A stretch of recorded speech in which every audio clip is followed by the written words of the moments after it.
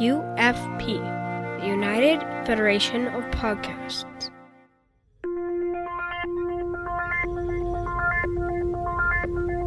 Engage. 78 years have passed since the days of the original USS Enterprise. Now a new Galaxy starship has been designed.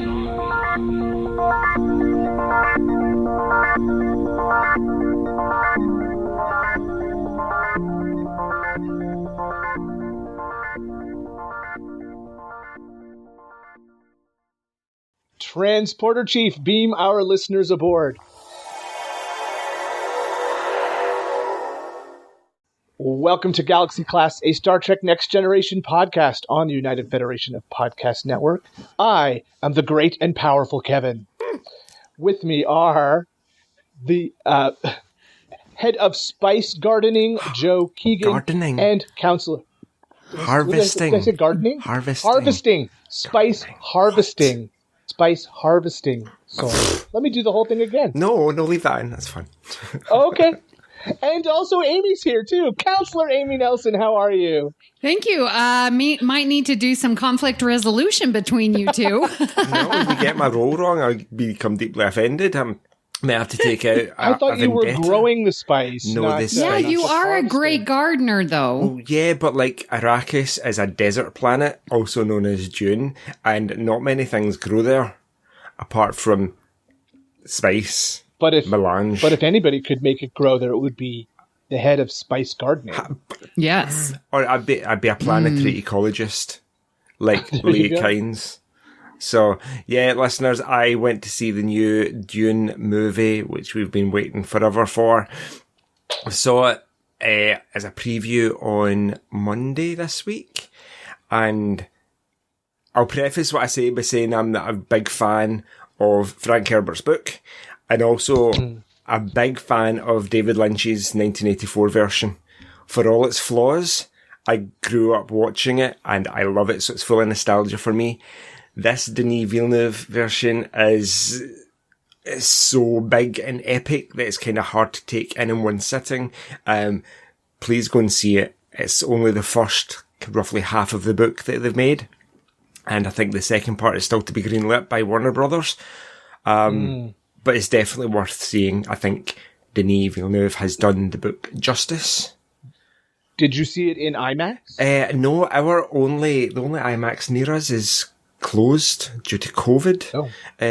Has been for like a year and a half. So tonight I'm going to see it in Odeon's iSense, which is as close to IMAX as you can get, I think. Cool.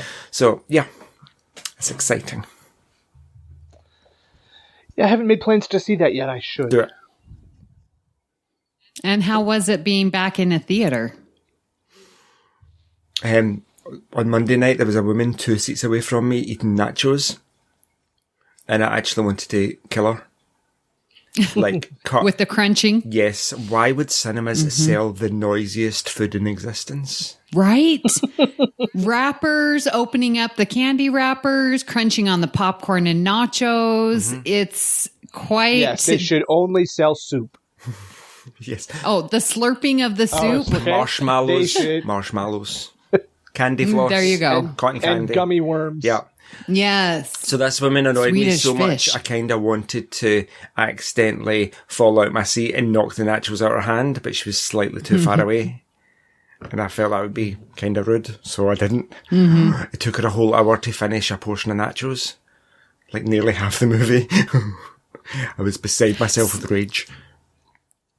So I just found out that for our school sort of get together, they rented out a movie theater. And so we are going for free. And I'm going to see Eternal, the new Marvel movie in November. Yeah. Yeah. So that will be my first in a theater experience in a couple years. Yeah. Well, I have been to the theater during COVID. I went last summer. There was a brief moment when theaters reopened here, and I saw The New Mutants, which was a low-rate X-Men movie. And I saw Shang-Chi in the theater last month. I saw Shang-Chi kind of last week or the week before. Very good. I like it. I do like Marvel movies. I'm a bit of a sucker for the old Marvel movies. Yeah. And I saw James... And did you see that they've pushed all the Marvel movies back by a couple of months in this next year? Oh. So Doctor Strange was supposed to come in March. It's now May. Thor was supposed to be May. It's now July. Everything got pushed back one slot. I think that's one of the weird things about the English language. When they move it into the future, they say it's been pushed back. It's like forward in time. It's very confusing. It is. Has anybody seen the new James Bond movie, No Time to Die? No, but I really, really want to. Oh, okay, I won't spoil it. I like James Bond. I was shocked. Shocked, I say. Oh. Can't say. Man. Spoilers. Okay, yeah. I definitely want to see that.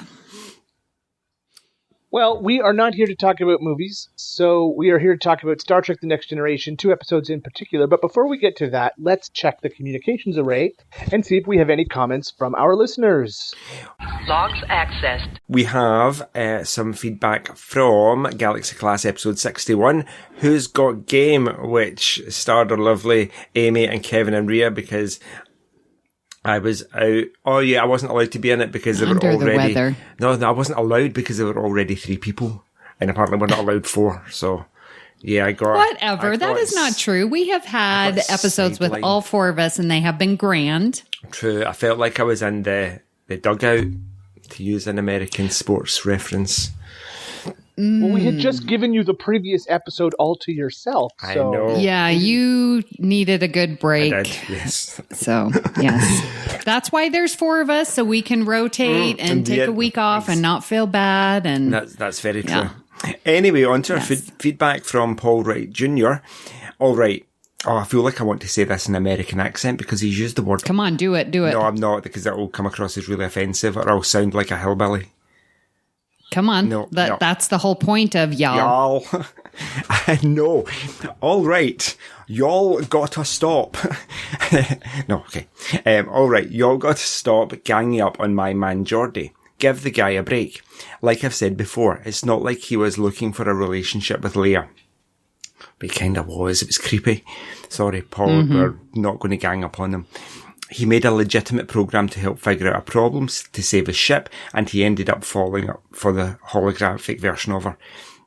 And when the real Leia showed up, he had no idea she was married because apparently that information wasn't available.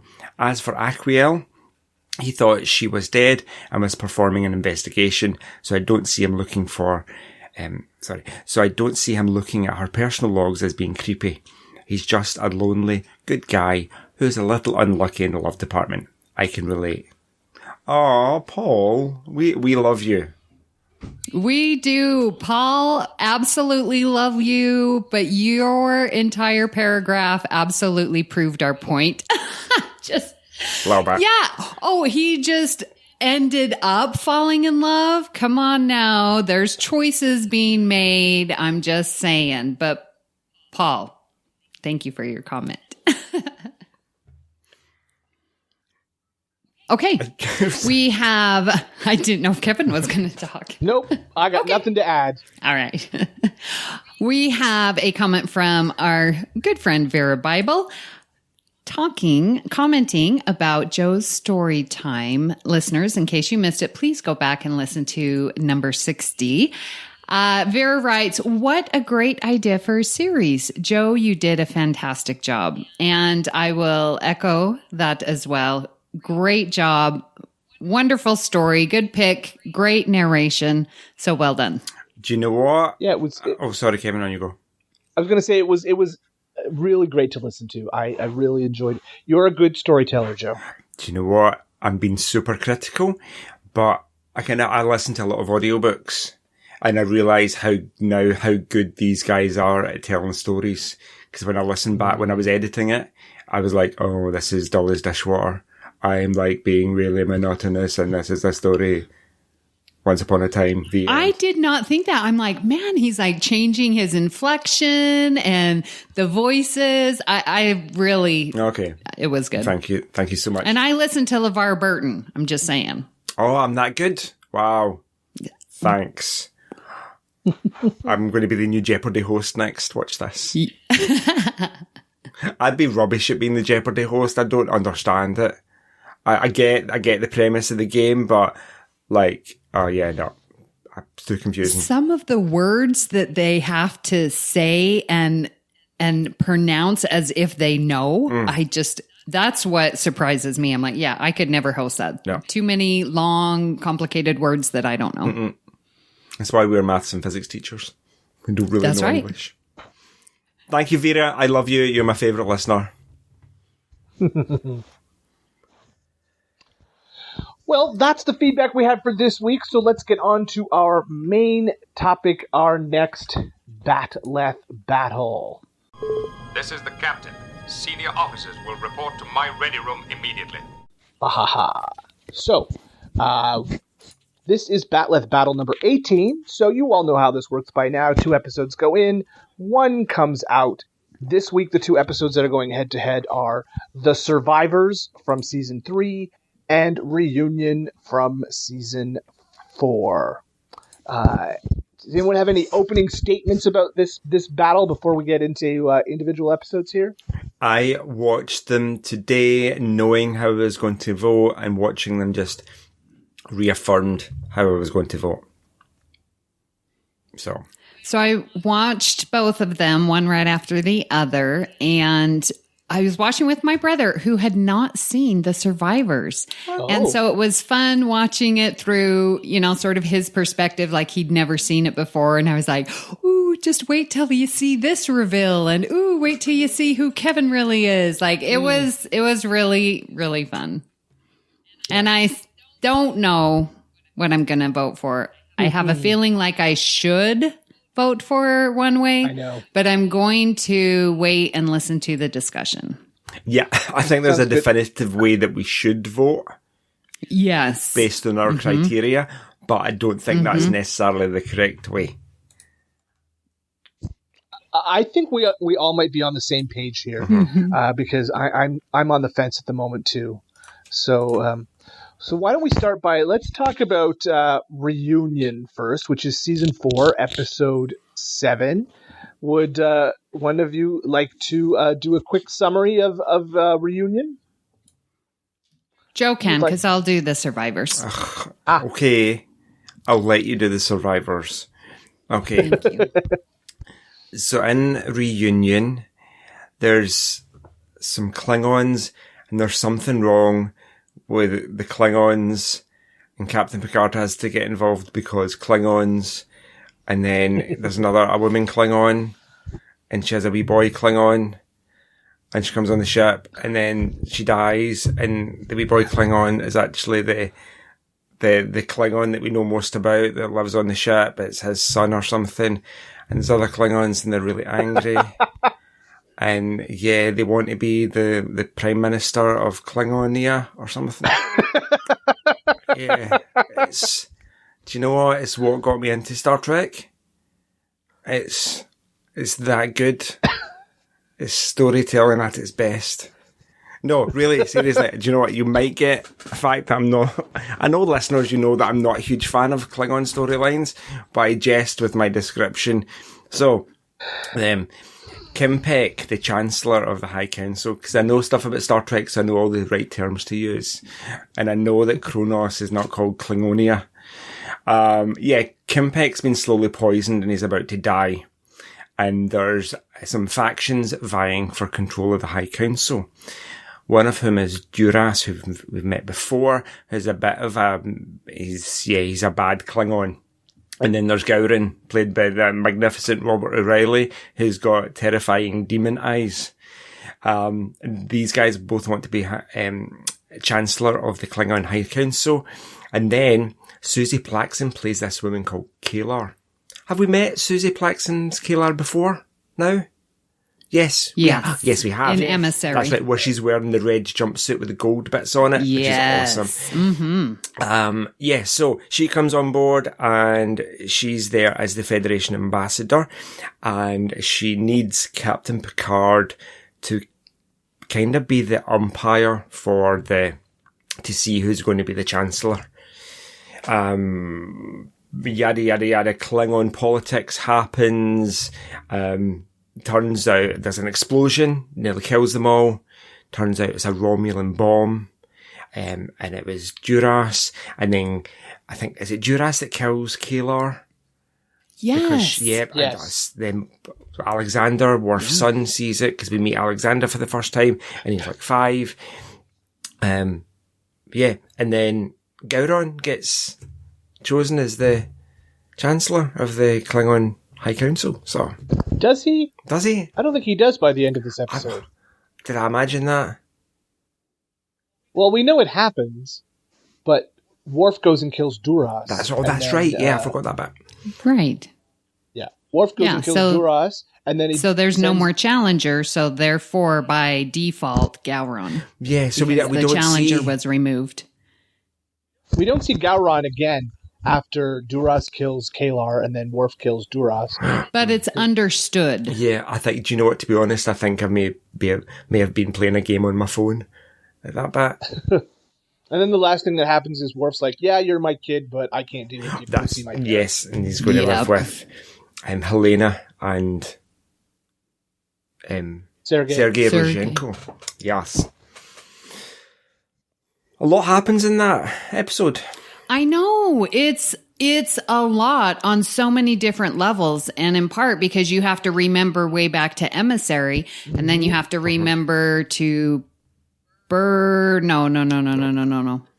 Where we meet Kern. Yeah, is that Birthright? No, Birthright's the way after this, is it not? Oh, I know. What's the one before? Come on now, people. Brothers? Is it Brothers? No. Oh, no. Don't know. His discommendation. Yeah, I know what you're talking about. Sons of Mo? No? Sins of the Father. Oh my gosh. Sins of the Father. Sins of the Father. Sins of the Father. Thank Is there you, an episode Joe. called Sons of Mo? Or is that Deep Space Nine? No. That's Deep Space Nine. There's a DS9 episode called Sons Okay. of Mo. Yeah, Sins of the Father. Yeah. So you have to remember that. And it's so interesting because now we're sort of playing catch up with Kalar as she's doing her investigation. And then that's what gets her killed because she digs a little too deep into this, what happened at Kittimer and why is Worf discommendated. And you guys, I love the exchange between Kalar and Worf where they're like, oh, I do love you. Finally, they like let their guards down and are like, yeah, I would have made you take the oath because I do love you this much. Oh, it just was brilliant. And really, it's Worf's fault that she dies, because if he just told her what she wanted to know, she wouldn't have had to go snooping through the Klingon database. And Picard didn't tell her what she wanted to know either. It's all very hush-hush. She's the Klingon. Is she the Klingon emissary to the Federation or the Federation emissary to the Klingons? Oh. Which way does she go? Who's she working for? She works for the Federation, right? Is she an emissary or an ambassador? She's an emissary. Okay. They called her ambassador in this, didn't they? Well, yes, they did. Yeah, aren't they the same, though? Yes. Oh, she's Federation ambassador. So she works for the Federation. So I guess that's why she had to go into the back door through the Klingon firewall. On the But she doesn't, because she has a thingamajig. She has the Klingon she's got a wee clearance. Yeah, passcode that's Klingon words. Mm-hmm. Like Dukche or something, or Nuk Dush. Anyway, but her clearance wasn't enough to get in. Right? Yeah, okay. Right, yeah. There was things she was looking for, and it was just the fact that she was trying to get in that flagged Duras that she was snooping around. So if Worf had just told her, she wouldn't have had to snoop, and she wouldn't have been murdered. Well, there's a lot of things that Worf should have done with Kalar, and did not. Talking about things Worf should have done, we have to know the things Worf maybe shouldn't have done, and is killing Duras, and then just having a reprimand on his file. Yeah, he murdered a guy. He murdered a high-ranking Klingon official. He's like, oh, well, my culture lets me do it. Okay, so let's really analyze this. If his culture says it's not murder, then it's not murder. And I agree with Picard that it's like, you made the choice. You agreed to these rules and regulations. You agreed to this. But his culture literally says, no, this is okay because you have the right to take a vengeance. Now, whether that culture that can be debated, but Worf, by definition, did not do anything wrong according to his culture. He did something wrong against Federation, but not with his culture. So I don't like calling it murder. I mean, this is all semantics here. But what is Worf's citizenship? He was raised on Earth, and he calls the Rozhenkos his parents. Is he a citizen of the Federation? You got to say that he is, yes. Well, then he should be abiding by the laws of the Federation, which say, don't murder Klingon diplomats or politicians. I don't know. I think, I understand for story reasons and practical reasons of casting, you can't get rid of one of your lead characters this way, but he should have got more than a slap on the wrist. I think it's I don't know if I'd trust him as my head of security anymore if I knew he could go off and murder. Okay, let's not use the word murder. Kill somebody because of it just. Well, I think I wouldn't trust him because he did break the rule, and it's like, do I trust you to be supportive of me in Starfleet? Or do I trust you being a Klingon? And yes, there's times, exactly as this episode points out, where he needs to choose. And he clearly chose his Klingon heritage and culture. Be interesting what lawyers would think of this. I just feel like it should have had more consequences than a slap on the wrist and a note in your file that says, "Oh, by the way, he killed First Minister Duras because of vengeance." Does his cultural identity and the rules that govern that outweigh his identity as a Starfleet officer? Right. And a citizen of the Federation. Yeah. Yeah, but who is he? Do you deny yourself? We're getting into... I know. We are. It is. And a while. Yeah. I don't know. Yeah. Oh. Okay. You know, a character who I really do love and is so sad to see go is Kempek. I'm sorry. Yeah. I just love Kempek. I think he's a great actor. He's a great character. Yeah. Exactly like this big, fat, you're still old and ugly, I wouldn't do you from Sins of the Father. I love that. I love that. But he seems to embody all that we see Klingon as gluttonous and power hungry and I've got control. And it's almost fitting that we see this backstory of him getting murdered, right? Because it seems like he's not doing anything good for the Empire and everyone's not, trying to take him out, or they're not happy and they're trying to build forces against him.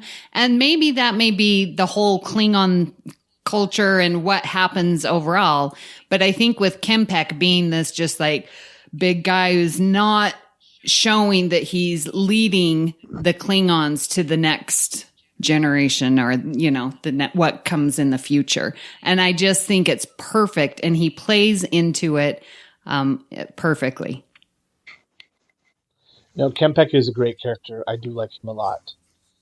He's stereotypical Klingon, Mm-hmm. And I think when in later series, I'm thinking of when we see Kang, Kor, and Koloth, the original Klingons, and they show up again as old men on DS9. Mm-hmm. I think a lot of those sort of character traits come from this portrayal of Kempek. Yeah. And I like how he intrinsically trusts Picard. And it was like, I know this is totally against everything, but I'm going to put you in charge because there's something afoot.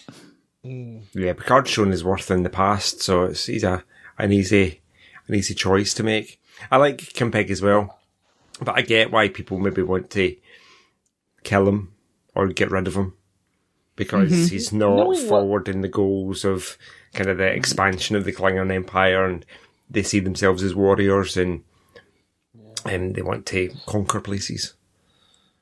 Knowing what we know about Klingon politics and how Klingon advancement works on starships, why would anybody want to be High Chancellor of the Klingon Empire? Because everybody's going to be coming for you. Like, you got to be looking over your shoulder every moment for assassins, right? Like, people advance by killing their superiors in the Klingon Empire. It does not seem like a very, very efficient way to have upward mobility. Well, and it seems like you've got enemies without and then enemies within. Mm-hmm. You know, I mean, even just on that recent Lower Decks episode, Wej douche, you know, like, okay, take him out. Yeah. I'll do it because I want to gain favor and then I'm going to kill you. You know, it's like, oh my gosh, how do they even have warriors to fight their wars? They are all killing themselves. Exactly. I was thinking the exact same thing. How did this empire become an empire if the only way to advance is to kill the people above you? It doesn't. Yeah.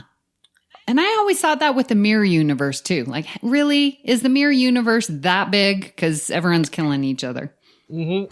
It's just a story contrivance, isn't it, to show how bad these guys are, in inverted commas. I mean, they're not... And yet at this point... You've got to know that that's not going to work in real life.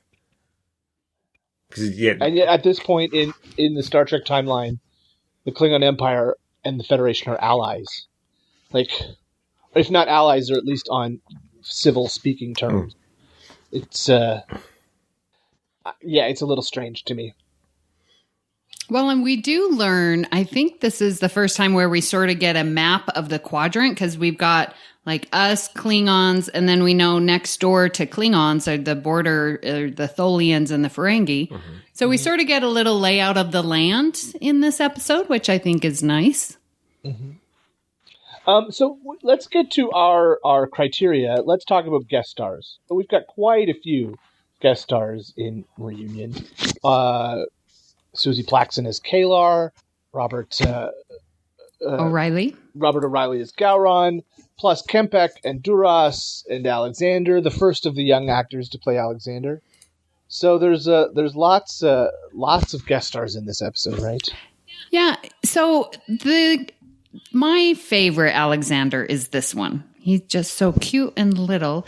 And I wanted to ask you guys, Jon Stewart, has he come to any conventions? Do you know? Do you remember seeing him? Because I know we see little Molly and teenage Molly, that both of those actors come. But I don't know about Jon Stewart. I don't remember seeing that name. I don't know. But he should come because that's my favorite Alexander, is the cute little one. But he's not going to be cute and little anymore. I know. He's going to be all old, 35 years older. Yeah, I thought he had gotten into some... he had gotten into some trouble. He passed away 3 years ago. Yeah. Okay. So that's why you hadn't seen him at a convention recently. He wasn't doing well, and he committed suicide, sadly. That's sad. Yeah. I'm so sorry.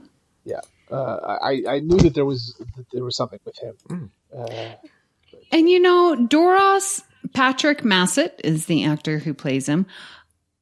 I think he does a great job too, and I guess I need to do a little more research because I would like to meet Doros. Yeah, who was also in an episode of Deep Space Nine, playing Parel in Children of Time. Oh, really? Mm-hmm. I like that episode. No, that's a lie. He's married to the woman who played Perel, who was in a Children of Time. He's only ever played Duras. So I was reading Memory Alpha weirdly. Yeah. See, the guy that plays Kim Peck, Charles Cooper. Yes, he was also General Cord in Star Trek V. Oh, that's interesting. Yeah. That's nice. Yeah. I do like it when Star Trek actors have played multiple people and the makeup means that you would never ever know. Huh. I'm going to watch that because over on All Good Things, we're doing the Odd Number Curse movies. And so I just finished watching, let's see, we did 3, Search for Spock. And so 5 is next that I'm going to be watching. So I'll have to look for Charles Cooper. Nice. Robert O'Reilly was in a bunch of other Star Treks, wasn't he? Well, Deep Space Nine. Yeah, but he was as other characters, wasn't he? Or was he? Played Gowron, Scarface. Who's Scarface? Oh, in The Big Goodbye. He's a gangster.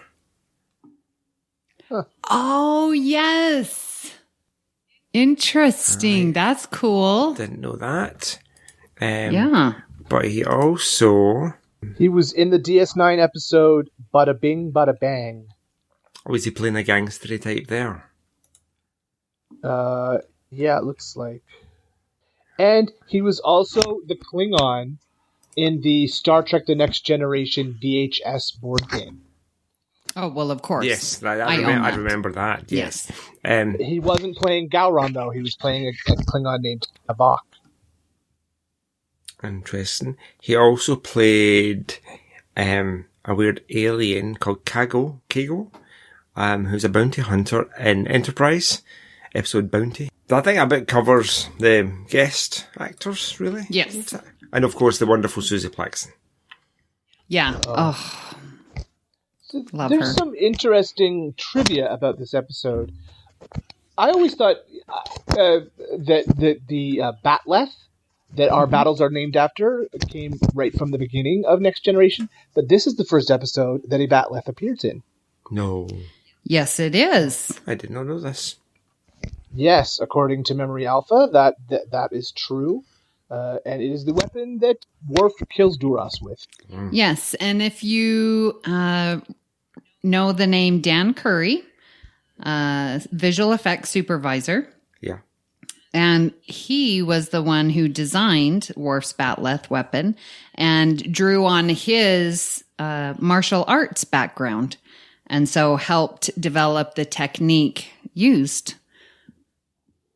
Interesting. With the Batleth, yeah. This was Brandon Braga's first episode. His first writing credit was on this episode. It's the first time we see the Vorcha class cruiser. Gowron ship. No. Kimpek ship. Anything else? Well, how about the importance to Star Trek canon? Well. Which we can just list and use both hands. There's so much importance to canon. The Klingon, anything related to the Klingon arc on this show or Deep Space Nine comes from this episode. Yeah. Right? Mm-hmm. Yeah. We get Alexander, whether you like that or not. We get Alexander, a whole new character. We get the tie-in with the Klingons and the Romulans with the Doros, which still goes through all of TNG and Deep Space Nine. And I love how, it's just that Romulan connection goes backwards to all the way to Khitomer, which basically is TOS, and goes all the way forward through Deep Space Nine. So it's majorly important. It affects Star Trek canon massively, this episode does. Agreed. Don't think there's much else to say about it. It's just very important. It is. Even more so if you like Klingons. and their especially if you like storylines. Klingons. So do we have anything more to say then about Reunion, or shall we move on to the survivors? I'm good to move on, I think. Mm-hmm. All right, well, let's do just that. The survivors. Amy, have you got a quick rundown of the survivors? Yeah. Well, we come across this planet completely devastated. There was a signal, help me signal. And so they go and they're searching, can't find anyone, what happened. And then there's this 1 square acre green grass and a house and life forms and nothing else on the planet. What a mystery.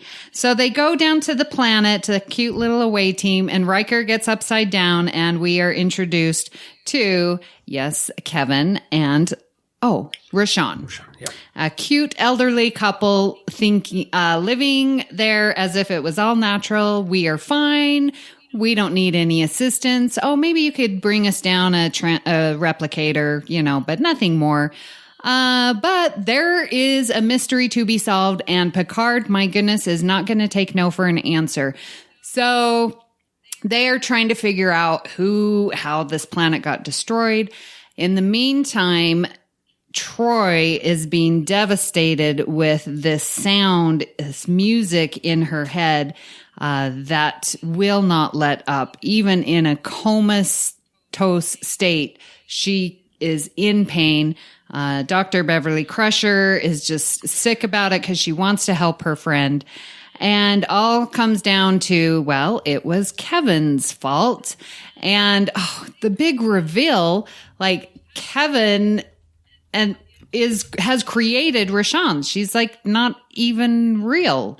And Kevin ended up killing all of the Husnak, which was the race of the planet, and not just those on the planet, but every single living Husnak ever to have lived. Absolute genocide, and we have no laws for that type of crime, and we leave Kevin to his own device. Pretty much covers it, I think. Thank you. Yeah, no, that covers it. So, guest stars. There's 2, right? Kevin and Rashon. Mm-hmm.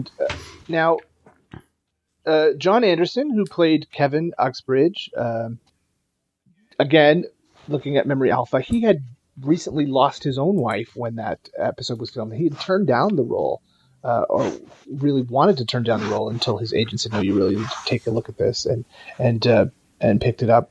He was on MacGyver for several years, and he was on the original Twilight Zone. Oh. Everyone's on the original Twilight Zone. So, you know what I found interesting that I just read in my TNG Companion book? Thank you, Christian. And because when we were watching, I was like, what is that house? I wonder where in California that is. And I am reading that the house is a beach house in Malibu. And so there you have it. And then the background is just a painting. Yeah. A landscape painting, yeah. But the house is actually a house in Malibu. Interesting. I really like Anne Haney, who plays Rashon Uxbridge. I feel like she's in loads of stuff, but I was looking at the list of things that she's been in, and there's nothing that jumps out. Oh no, there it is. She was a social worker in Mrs. Doubtfire. Oh, lovely. And yes, in terms of Star Trek, she played the Bajoran judge in the episode Dax, who was named Els Renora, which is where I know her from. But yeah, she's super familiar from Mrs. Doubtfire. Mm-hmm. I really like this episode. I think there's a mystery to it, and there's multiple mysteries. Why have they been left unaffected by this global devastation? What is this Husnock ship, and why is it so powerful? what is the music that's playing for Troy? It starts when whoever's down on the planet opens the music box. Data. Yes. Did I understand it correctly? The music is just basically a means for Kevin to stop Deanna kind of figuring out who and what he's all about. Yeah, okay. Yes. And that is what the Husnock ship as well. It's just his way to try and get rid of the Enterprise. Yeah. I think the best thing about this episode is the reveal at the end. When Kevin says, "No, you misunderstand. I didn't just kill one Husnock or a whole ship or 1,000. I killed them all, everywhere. Like 15 billion Husnock dead," which, yeah, is quite the revelation. Now, I just had this thought. Kevin did exactly the same thing Worf did. Because the Husnock killed his wife. That's true. He took out vengeance. He took it out on the entire race. Worf took it out on the one responsible. It's true. Very interesting that they're head-to-head at this Batleth battle. And in both cases, Picard was like, yeah, I really don't have the power to prosecute this, so I'll just leave you here. Yeah, right? That's interesting. But Picard made a judgment that he didn't have the legal power to prosecute it. But I suppose he's getting at the fact that he doesn't have the actual power. Like to stop this super powerful non-corporeal entity from escaping justice. Yeah, who lives eternally. Every time now in getting in my older age, I do not see any advantage to living eternally. I just don't see it. And here this poor guy has to watch everyone die around him, and he has to still go on. Like, it just, I do not see anything good about it. But I love, like, that deception. Like, you're right. There's so many questions that we're trying to answer. And I'll tell you what, watching this again and seeing Troy and Deanna's acting in this, like, I was developing a migraine headache just watching her. I just felt it. And her tears almost looked real. Like, I've had bad migraine headaches, and it's just, you just want to chop your head off. Like, there's no respite in sight. I really felt that from Marina's acting in this episode. Also interesting to me here is how smart Picard is. He's the only person who's figured it out, it seems like. Like, he gets a hint early on that the story that they're telling him is not quite what's going on. And I'm not sure exactly when the switch flipped for him that Kevin is not what he seems, but he figures it out. I mean, he explains it to everybody else, right? Yeah, and I thought that one part of the episode was a little campy. Because here, he's the only one, okay, we're going to stay here and we're going to wait for that ship to return. And, 6 hours go by. No one else. What are we doing here, Picard? And I know that he's done that before, like, oh, well, I say before when I really mean in All Good Things, when we know it in Connor Farpoint from All Good Things, where he gives an order and no one knows what's going on, because it's All Good Things. But so he's making these orders, not communicating. And I'm like, what is the advantage of not communicating your suspicions to Riker? It's Data. A story. Yeah. Or to Data or anyone. Like, it's just a story, it's a device. It's a ploy, isn't it? It's to not let the viewers because in the there's secret. no advantage to not tell Riker, hey, this is what I suspect. Yeah. So it comes off a little campy, is what I'm saying. Yes. But I think it would have spoiled it. If he'd done anything different, it wouldn't have been as exciting. Because we were on and the it edge was of our seat, exciting. yes, so and it would have lost all that. I agree. Yeah, I think TNG does really good with, finding and searching and following the clues.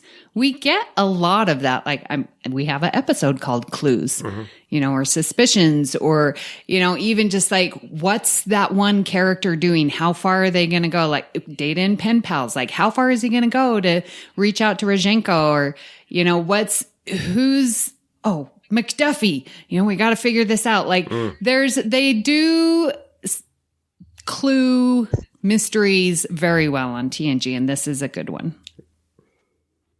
But so many times it's Picard calls his staff together and says, okay, everybody work on this and we'll figure it out and we'll come up with the solution together. And this time it's Picard knows and he's not going to tell anybody because he wants to have that sort of, like in a murder mystery where you get all the people who are involved in a room and you are the smart one who says, ha, Jacques, you are the murderer. And this time he gets everybody together and says, ha, you are a super intelligent, all-powerful being who's more strong than any of us and is trying to lie to us. It just, in some ways it doesn't seem like Picard's character to do that. I guess in other ways it does. Picard keeps his secrets, but it's not the way we've normally seen Picard run his ship. So I want to ask you this question, thinking about the great and all-powerful Kevin. Picard and the crew have come across great and all-powerful beings like Q. And here we get to meet Kevin, who's completely different personality than Q. And is it because they are so different that Picard isn't too worried that we're going to see Kevin again? Like, I think in Picard's mind, there's a little nervousness like Q's going to pop up anytime. I don't think he gets that with Kevin. Would you agree? Yeah, I'd agree.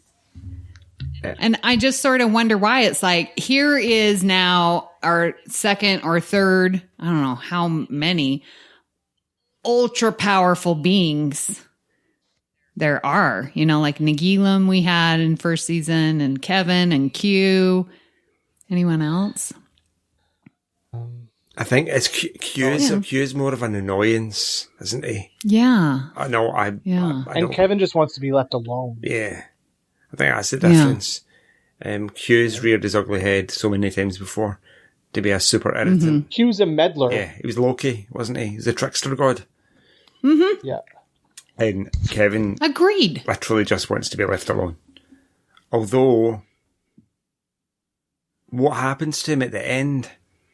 Does he just go back to being on the planet with Rashon, or fake Rashon, in their wee house?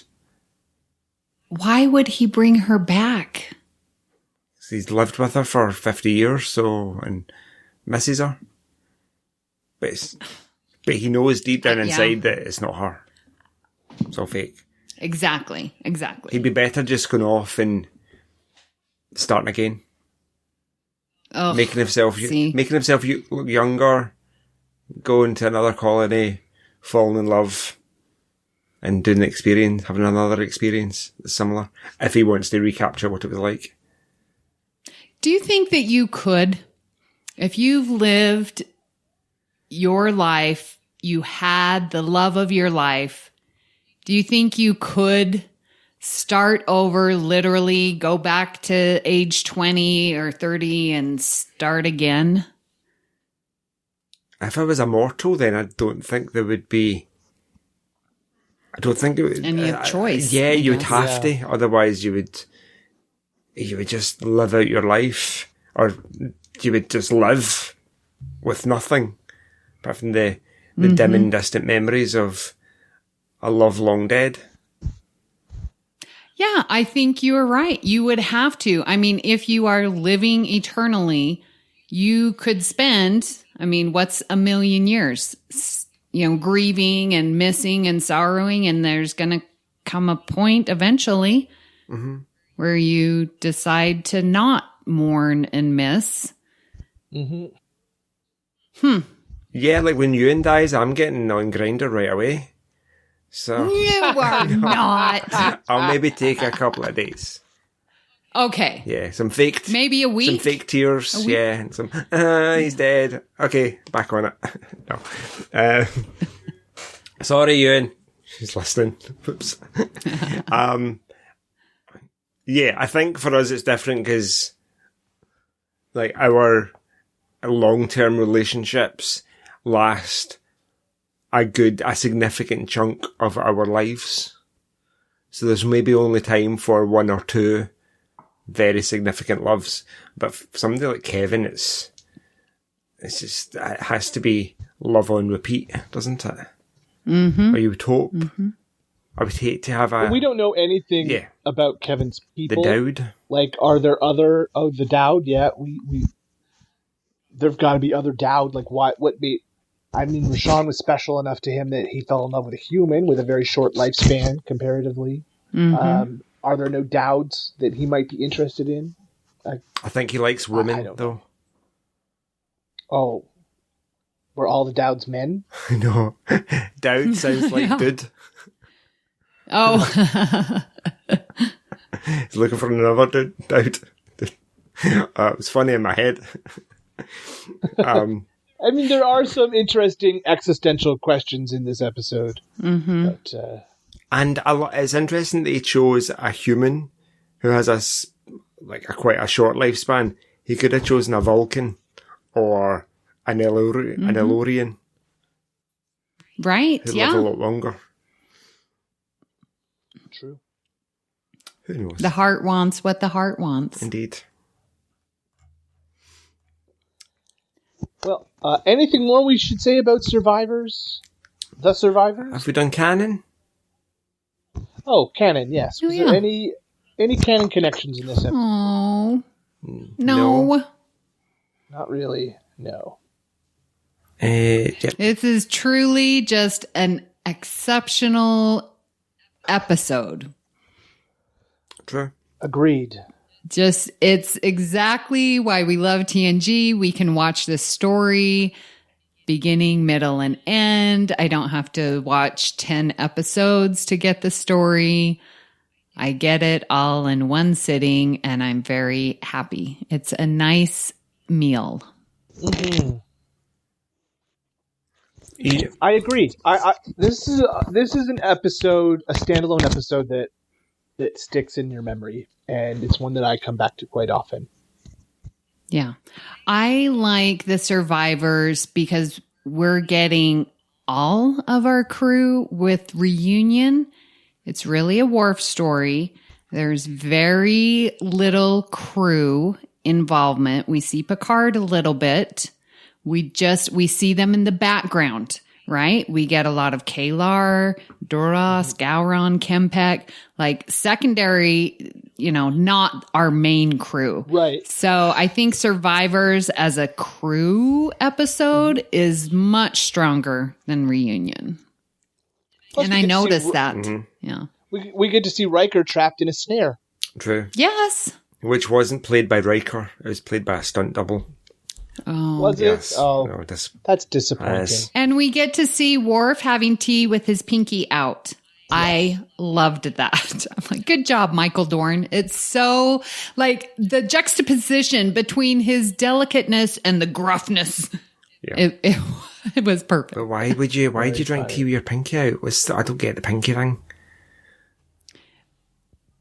Because it's like it was a small, delicate cup. I know. It's because of the cup. I know, but like, if he had like a larger mug, then still do it with like pinky in though. No, why? You don't do a sturdy mug with your pinky out. The next time we meet, and if you drink tea with a pinky out, I'm going to snap your pinky off.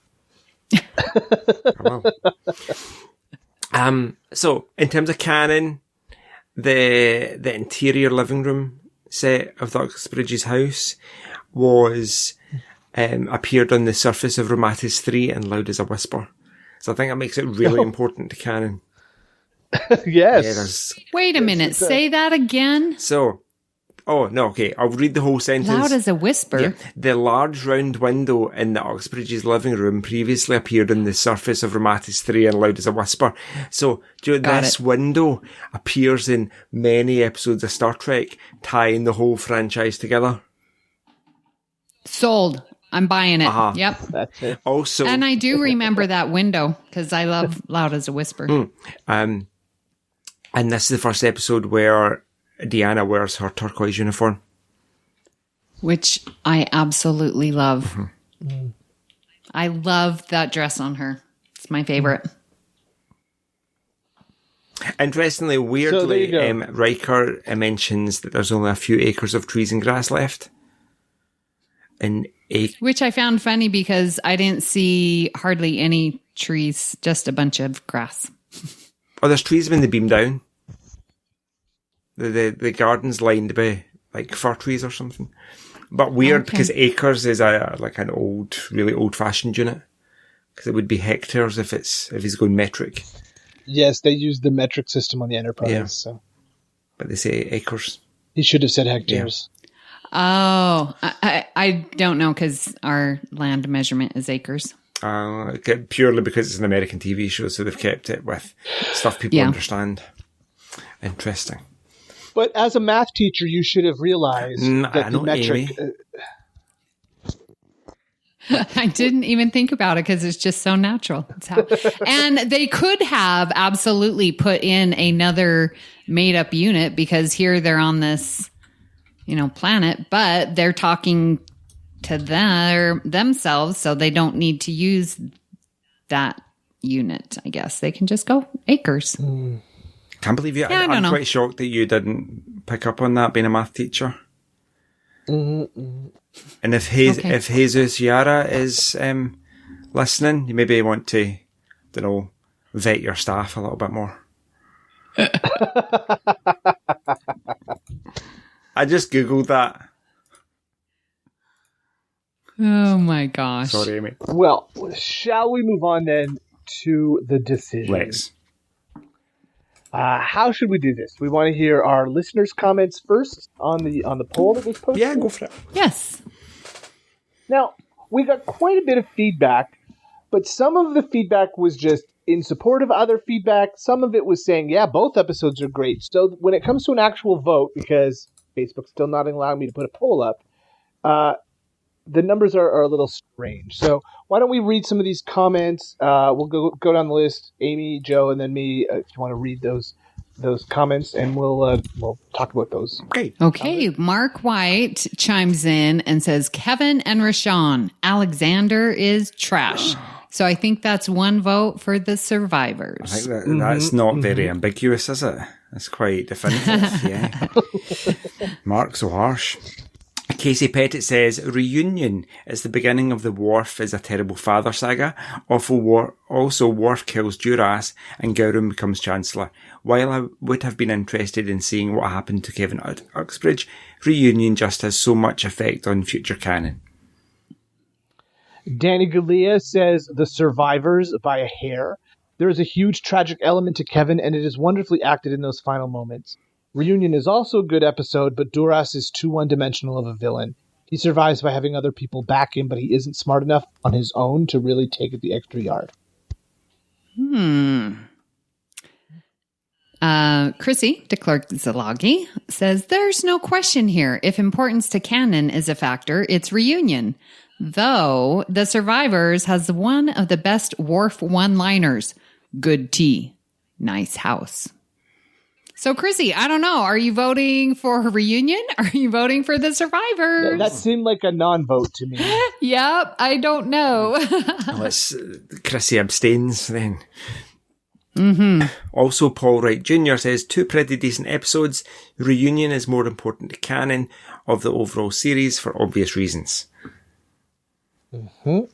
And Greg Molumby said that the original hosts of Earl Grey coined the phrase, the great and powerful Kevin, and it's stuck with me ever since. I will go with that episode.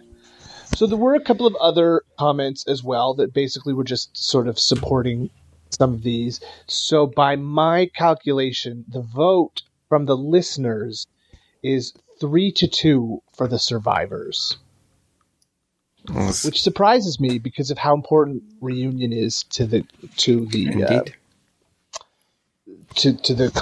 Yeah, to the plot. It is so very surprising because I'm going to ask you, Do you hear people saying Survivors is like one of the best episodes ever? I mean, not the best, but would you have even thought that the listeners would have put Survivors over Reunion? But you could ask yourself, like, is Reunion one of the best episodes ever? Well, I think as far as importance, if our only criteria is importance to canon, then it's Reunion. The Klingon storyline, Yes. I definitely put it up there. I love Reunion. Okay, I'm going to cast the first Okay, vote here go. then. Okay. When it comes to importance to canon, there is no question that Reunion is top. When it comes to the question, which episode would I like to watch again? If you told me you have to watch one of these two episodes again right now, it would be The Survivors. I'm with Joe. I don't love the Klingon politics stuff. So I'm going to cast my vote for The Survivors. So this little Batleth battle reminds me of the last one, which I wasn't on, but reminded me because Light and Bell and the email that was sent says, if you want a serious episode, I feel like Reunion has the weight, the heaviness, the importance to canon, like it's there. But if you want a fun mystery, whodunit, then watch The Survivors, and you watch it over and over again and how enjoyable it is. And we get to see all of our crew participating and trying to figure it out. So I feel like we're sort of stuck between this. However, I'm going to say Reunion. I love this. I really, for the Klingon story, love the Emissary, Sins of the Father, and Reunion. I like that part of the story. When it gets a little further, Birthright, I'm not as inclined, but I like this little trilogy. So I'm going, oh my gosh, I almost said The Survivors. I'm going with Reunion because its importance to canon, we all have agreed, and it needs a vote, and it needs to move on because of its importance to canon and because of Kalar. Okay, so that leaves me to break the tie. Yeah. Yes, it Joe, does. what are you going to choose? I think you'll know what I'm going to choose, don't you? No, I don't, because it's so important to canon. What are you going to base this off And you're of? a man of mystery and intrigue. The mystery and the intrigue part, the fact that it's the crew that we like to love and see each week all working together. And I don't like Klingon stories, really. I have to vote for The Survivors. Dear. I would much rather watch The Survivors than Reunion. Wow. Like 10 times over. But I've never been a fan of the whole kind of monolithic Klingon stories. Yeah. So, yeah, Survivors for me. Okay. So there you go. In a split decision, it is The Survivors that's going to be moving on. Listeners, please tell us if we're wrong. You can yell and scream at us politely on our social medias, and we'll give you all that detail when we come up later. The next Batleth battle in a few weeks will be a fun one. It is Season 5, Episode 5, Disaster, which is a sentimental favorite of mine, versus the two-parter, which ends Season 6 and starts Season 7, Descent. So that should be fun. Be prepared for that one. That's too tough to answer. I can't. No, I'm on holiday that week. I can't do that. It's the Enterprise double B Batleth battle. Double B. What's the double B? Batleth battle. Oh, okay, sorry. Disaster Descent. Yeah, got the double B. Yeah, I love both of those episodes. Yeah, it's been a long time since I've watched either of them, so I'm gonna remind me Descent. Oh, is that the Borg? Lore? Yeah, Lore and the Borg. Yeah. Oh, okay. And Dr. Crusher being really cool in charge of the ship and destroying the Borg ship. Doesn't she? She flies into the sun with the metaphysics shields. And this is where Troy gets her spark. Yeah. To say, man, Beverly took control. I can take control. Mm-hmm. Isn't it so funny how I always just wrap things right back around to Troy? It's very funny. Surprising. Very funny, yeah. Incoming transmission. Well, we would love to hear your thoughts on today's show, and we hope you'll join the Facebook group Council Chambers. You're welcome to start conversations with us or add any general Star Trek info you want to share with the group.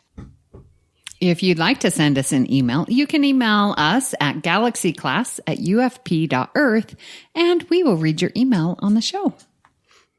Please hit the subscribe button on Apple Podcasts or wherever you get your podcasts and leave us a star rating and written review. That helps others to find the show. You can always follow the entire network's podcasts with our master feed by searching United Federation of Podcasts. This way you won't miss any of our fine shows like All Good Things, Franchise Fatigue, Always Hold On to Arrow, History with the Szilagys, Mickey's Marvels, Infinite Diversity and Sasquatch. So Amy, where can people find you when you're committing genocide? Wow. Okay. Sounds like a good let's Las see. Vegas kind of pastime to get involved in. Oh, yeah. Gambling, yeah. Going to walk Yeah. in the desert, genocide. Yeah. Just, another walk down the strip. That's all there is. Well, you can find me here in the network hosting All Good Things. I am also on Union Federation, where we just finished up our discussion on covering Lower Decks. I am on Twitter at Miss Amy Nelson. And of course, in our Facebook group, Federation Council Chambers. And Kevin, where can people find you as you are great and all-powerful?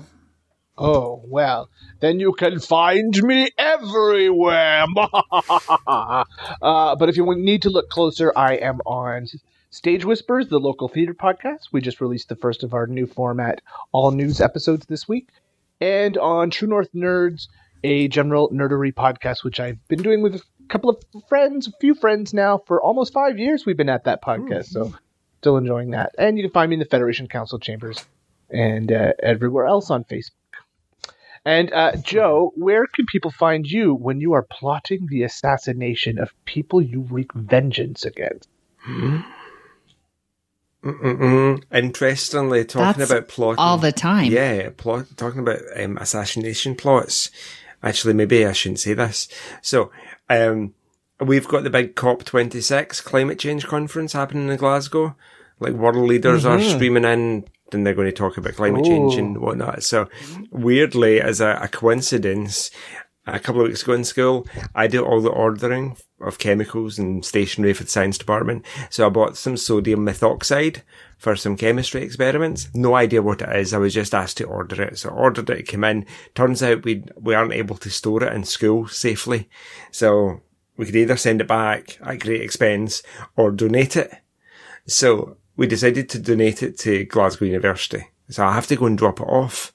But I'm trying to get through Glasgow like with something that is spontaneously combustible in a box in my passenger seat while all global world leaders are in Glasgow.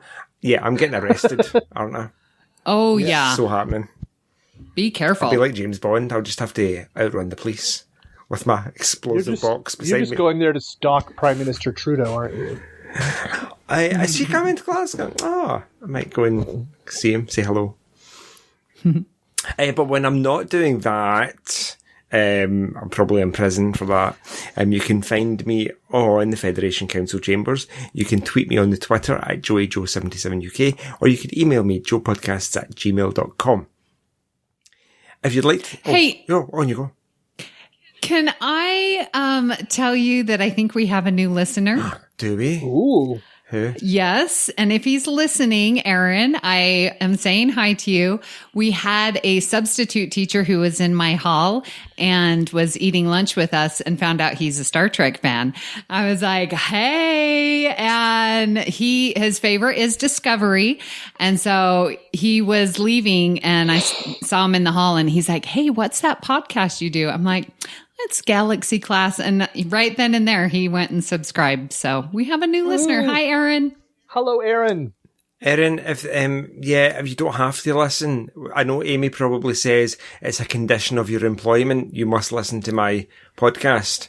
You honestly don't have to, but thanks for listening if you are. Priority 1 message from Starfleet coming in on secured channel. If you'd like to help us keep all our shows coming to you each week, you can become a patron of the network on Patreon. Visit patreon.com/UFP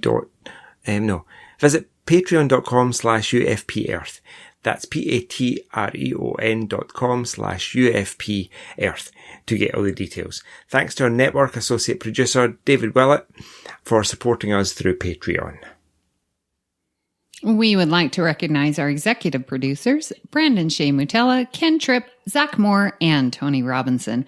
We'd like to thank Zach Tripp for our opening and closing music, and Tony Robinson for our excellent, amazing, wonderful, timely artwork. Well, thank you for beaming aboard the Galaxy class, and until next time, good house, nice tea. Great joy and gratitude. I admire gall.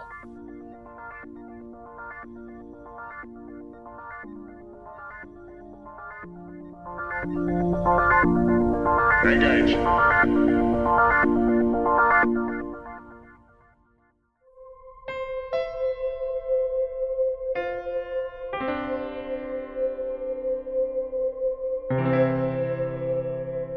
This has been a production of MTMR Media Works.